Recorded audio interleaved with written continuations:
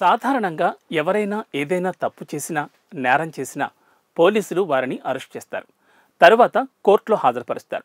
వారు చేసిన నేరాన్ని బట్టి న్యాయస్థానం శిక్ష విధిస్తుందన్న సంగతి అందరికీ తెలిసిందే. ఈ క్రమంలోని జైలు నుంచి ఖైదీలను బయటకు తీసుకెళ్లాలంటే తప్పించుకోకుండా సంకెళ్లు వేస్తారు. కానీ చెట్టును అరెస్ట్ చేయడం ఎక్కడైనా చూసారా? పైగా ఎక్కడికి తప్పించుకోకూడదని సంకెళ్లు కూడా వేశారట. ఎందుకు ఇలా చెట్టుకు సంకెళ్లు వేశారు, ఎక్కడ జరిగింది అనే విషయాలను ఇప్పుడు మనం తెలుసుకుందాం.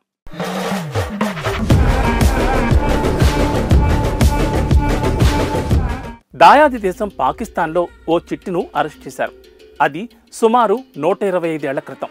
పైగా ఆ చెట్టు ఎక్కడికి వెళ్లకూడదని గట్టి ఇనుప సంకెళ్లతో బంధించారు. లాండి కోటల్ ఆర్మీ కంటోన్మెంట్లో ఉన్న మర్రి చెట్టు 125 సంవత్సరాలుగా బందీగా ఉంది. అంతేకాదండోయ్, ఈ చెట్టు దగ్గర నేను అరెస్టులో ఉన్నాను అని రాసి ఉన్న బోర్డు కూడా దర్శనమిస్తుందట. పాక్లోని పెషావర్లో ఉన్న ఈ చెట్టుకు ఇప్పటికీ ఇనుప సంకెళ్లు అలాగే వేసుకుంటాయి.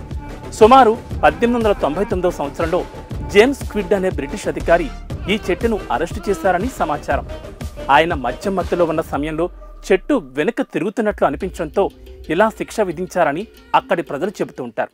అయితే అప్పటి బ్రిటిష్ వారి పాలనకు, వారి అణచివేతకు నిదర్శనంగా మర్రి చెట్టు నిలుస్తోందని ప్రజలు చెబుతూ ఉంటారు.